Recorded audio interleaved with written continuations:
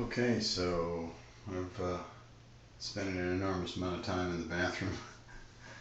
Uh, all jokes aside, it's taken me like about 2 months to finally finish this project because I was unable to find a lot of the parts and had to do a lot of research. So what I've done is I had to rip out this tub and I had to redo my entire surround here. Uh, when the tub was initially installed, this house is about 10 years old, there was a big divot right here in the tub and it pulled water, and instead of using hardy board in the backer board here, they just used a regular old moisture resistant drywall, which is crap. So it wicked all up into the wall and then you have mold. So I ripped out the tub and put in a new tub, but I had to get an above floor drain tub. The drain runs here. Not only is it an above floor drain, instead of coming out and meeting the overflow at a 90-degree angle here, this pipe comes this way out to a 45 down in here to a connection, and then from here the overflow comes down to that same connection. So I had to put that all together, install the new Moen cartridge there. So this was an above floor drain and I had struggled to find a tub for it, and I ended up with this tub. It's from Boots, Bootz, and it's a metal tub. It's insulated underneath. My choices for an above floor drain were slim, so I had to go with the metal one. I tried other products and they were garbage, so I went with the old standard metal tub. It's really well insulated. So I got hardy backer board behind the surround here, and this window was another issue. I couldn't just put in any old surround in here because it just wouldn't work. There were window kits for like 36-inch windows, I think, and this is 48 and a half from end to end. So what I ended up doing was getting a Swanstone kit, and I'm really happy with it.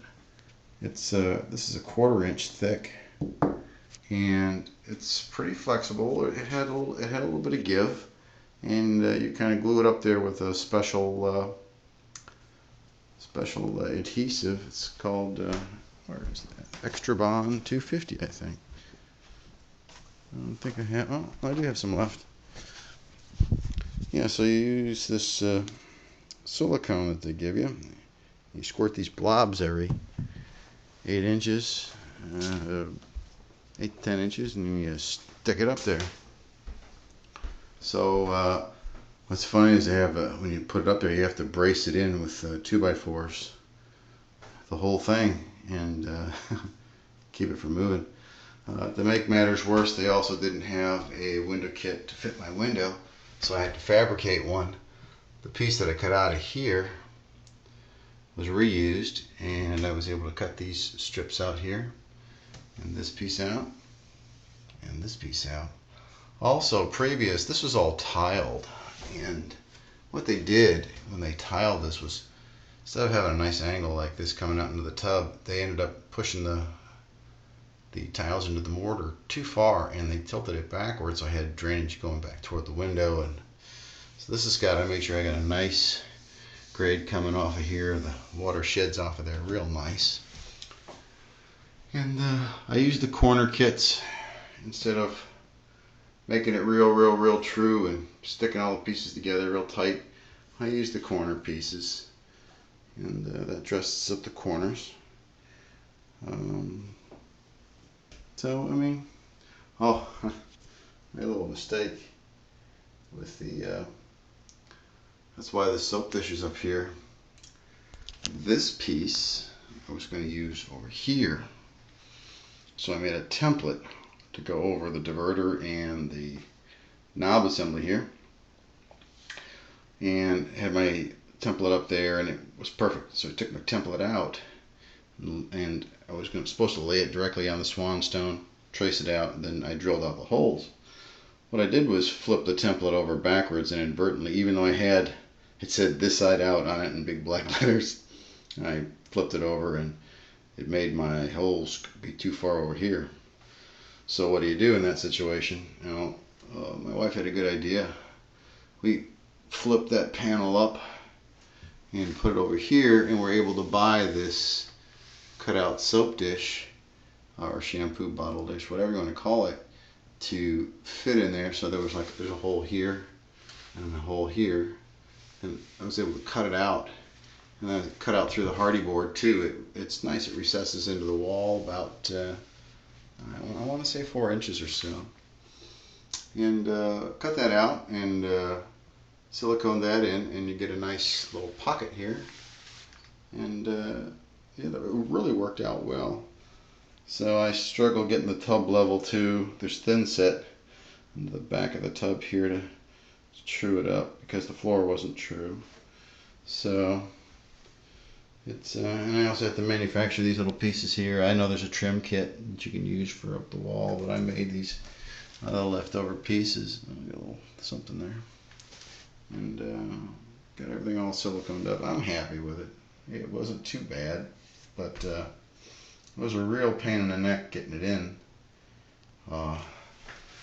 getting it up. So my kids will be thrilled. They're on vacation right now. They're going to come back to shower. This is pretty cool too, because I could have, my whole choices here were make a surround that would fit in here, or to just go ahead and tile it. And I'm not a tile expert. I can do a little bit. I guess I could have gotten by, but one of the reasons for spending this much money was to have a finished surface that was super easy to clean and that would not promote mold growth, or the mold that grows in the tiles. I don't like that, or not in the grout. Even if you seal it up, it seems like it always comes back. So I didn't count the money that's in the project. There's over $300 for the tub. I want to say the Swanstone and the accessories, that was about $1,000. Plumbing parts and bits and pieces, I'm sure I've got another $100 or so in there. So I think I'm into it for about $1,400 at least. Also, I painted the walls in here and the ceiling. I don't even know what color that is. Whatever that is, it is. I don't know. What color is that? It's like a violet-y color. I don't know. But while I was in the wall back here too, I also installed in the hot and supply cold line, I installed the shutoff. Should I need to work on this in the future, if you have the shutoff here, you can cut the water off here, and you can do your work instead of shutting off the water for the whole house. So I installed the shutoff there, which was kind of nice. So it worked out good. I do have an access hole on the opposite side. Let me get my flashlight. Just finish cleaning up here. In the opposite room, here's my daughter's bedroom. What a mess. Here's what I was talking about. The overflow comes down here at an angle over to this junction right here. And then the bottom drain comes out and over to the same thing. And I made some mistakes here, I know. This is my little way of lining things up. I put lines, I dry fit it all, and then I make lines where I want things to go, and that way I know how to line it up. But I goofed up and I glued it together, or I put it together, and then I had to cut it because I goofed it up. So I had to put in another union, so I have 2 unions here instead of just the one. But I had enough room to cut this off if I had to do it again. So it doesn't leak, and that PVC is pretty strong, and that glue is good. So it's all correct and straight. There's my Got a little bit of mortar under here. I also lost a flashlight back here. See, but I got it out. Way back there at the back of the tub. Way back in the back, I left the flashlight on the floor. And dummy me, well, it was back. I was looking to see if there was a leak, and I was realized I left my good mag light back there. So $25. I got it out of there, but pain in the neck. So all I've got to do to finish this job up here is put this back in. I'm gonna have to paint this bedroom anyways, but I'll put this back in. We'll be good to go. So yeah, it was a lot of work.